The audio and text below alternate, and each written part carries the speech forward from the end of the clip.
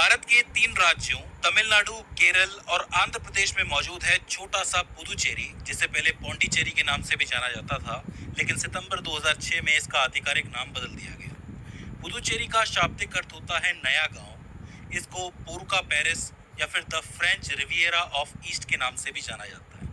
ये नाम याद रखना कैसे भी सवाल बन सकता है। ध्यान देने वाली बात यह है कि एक अनोखा केंद्र शासित प्रदेश है, क्योंकि इसके 4 जिले आपस में नहीं जुड़े हुए हैं। इसमें से एक तो आंध्र प्रदेश में मौजूद है, एक केरल में मौजूद है, बाकी तमिलनाडु के अंदर मौजूद है। क्षेत्रफल की बात करोगे तो टोटल क्षेत्रफल पुदुचेरी का 492 वर्ग किलोमीटर है, जिसमें से पुदुचेरी जिला 293 वर्ग किलोमीटर के साथ सबसे बड़ा है।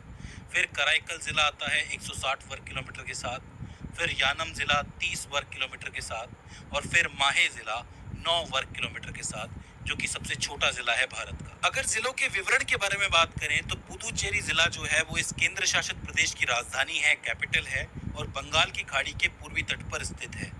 ये तीनों तरफ से तमिलनाडु से घिरा हुआ है, इस चीज को ध्यान में रखना है। कराईकल की बात करोगे तो ये पुदुचेरी से लगभग 150 किलोमीटर दक्षिण में पूर्वी तट पर मौजूद है, और ये तमिलनाडु के नागपट्टिनम और तिरुवरूर जिलों से घिरा हुआ है।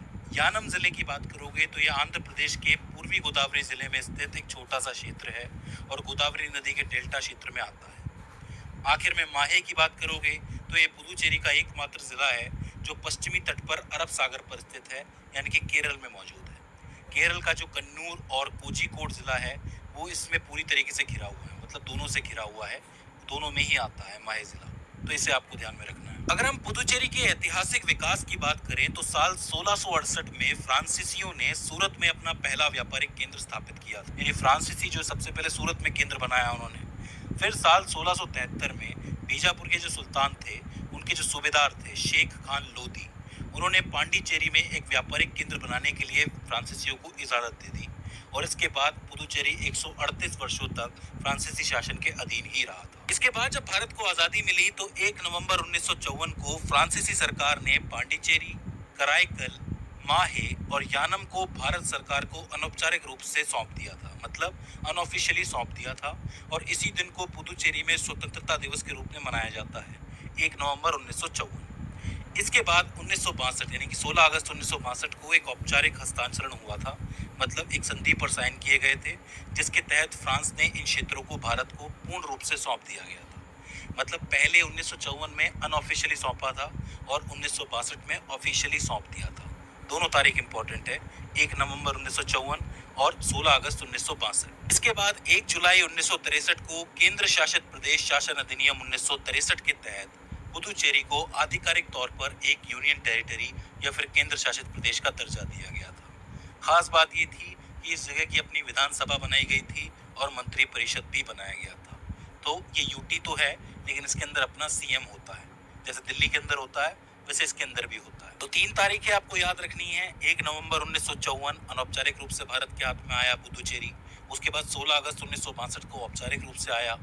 उसके बाद 1 जुलाई 1963 को इसको यूटी बना दिया गया था। अब देखो, चूंकि इसको केंद्रीय शासित प्रदेश बनाया गया था तो जाहिर सी बात है यहाँ पर बहुत सी विरासतें थी। इन विरासतों को समझने के लिए आप देख सकते हो कि पुदुचेरी को 2 मुख्य क्षेत्रों के अंदर बांटा गया है। सबसे पहले आता है फ्रेंच क्वार्टर, जिसको व्हाइट टाउन के नाम से भी जाना जाता है, जो कि ग्रैंड कैनाल के पूर्व में स्थित है। यहाँ की जितनी भी इमारतें आपको दिखेंगी वो सरसों पीले और पेस्टल रंगों में रंगी हुई नजर आएंगी, अलग ही नजर आएंगी। और इस क्षेत्र में आपको जितना भी वास्तुकला देखने को मिलेगा वो सब यूरोपीय है, और यहाँ आपको एकांत व्यवस्था नजर आएगी, मतलब एकांत और व्यवस्था एक साथ नजर आएगी। दूसरा हिस्सा है तमिल क्वार्टर, जिसको हेरिटेज टाउन के नाम से भी जाना जाता है। ये ग्रैंड कैनाल के पश्चिम में मौजूद है, और यहाँ आपको वास्तुकला पारंपरिक द्रविड़ शैली की नजर आएगी, जिसमें आपको थलवरम और थिन्नाई ऐसी विशेषताएं देखने को मिलेंगी। यहाँ की वास्तुकला सामुदायिक मेलजोल को बढ़ावा देती है, मतलब एक तरफ आपको यूरोपीय दिखेगी, एक तरफ आपको तमिल दिखेगी द्रविड़ शैली की, तो मिली जुली सी है।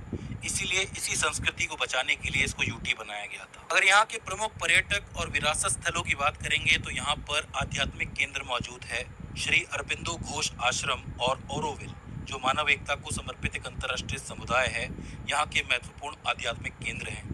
इसके अलावा यहाँ पे आपको ऐतिहासिक और पुरातात्विक स्थल भी देखने को मिलेंगे, जैसे अरिकमेडु में मिले प्राचीन रोमन बस्ती के अवशेष, मतलब वहाँ पर अवशेष मिले हैं रोमन बस्ती के प्राचीन, जो पुदुचेरी के प्राचीन व्यापारिक संबंधों को दर्शाते हैं।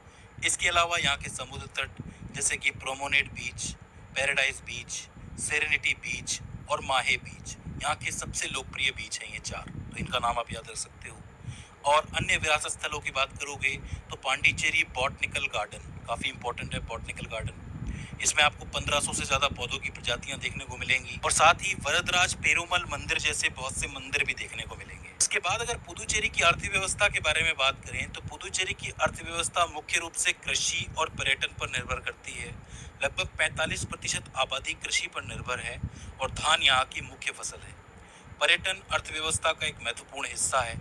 2024-25 में पुदुचेरी का सकल राज्य घरेलू उत्पाद GSDP जिसको आप कहते हो वो लगभग 8.81 की वार्षिक वृद्धि दर से बढ़ा है, तो ये काफ़ी इम्पोर्टेंट है।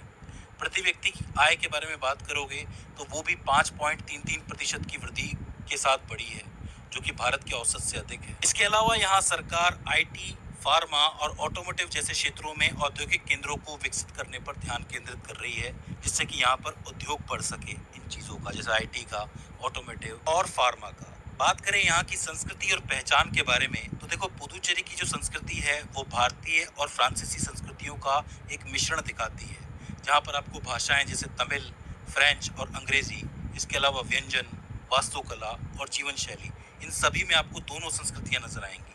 भारत के पहले प्रधानमंत्री पंडित जवाहरलाल नेहरू ने पुदुचेरी को फ्रांसीसी संस्कृति की खिड़की कहा था। तो सवाल बन सकता है कि फ्रांसीसी संस्कृति की खिड़की किसको कहा गया है, तो आप कहेंगे पुदुचेरी को कहा है। किसने कहा था? भारत के पहले प्रधानमंत्री श्री जवाहरलाल नेहरू ने कहा था। और आखिर में यहाँ की जो साक्षरता दर है वो 80% से भी अधिक है, जो कि एक बहुत अच्छी बात है। तो दोस्तों, ये हो जाता है पुदुचेरी केंद्रीय शासित प्रदेश। आई होप आपको समझ में आया हो और पुदुचेरी के बारे में आपने कुछ ना कुछ नया ज़रूर सीखा हो।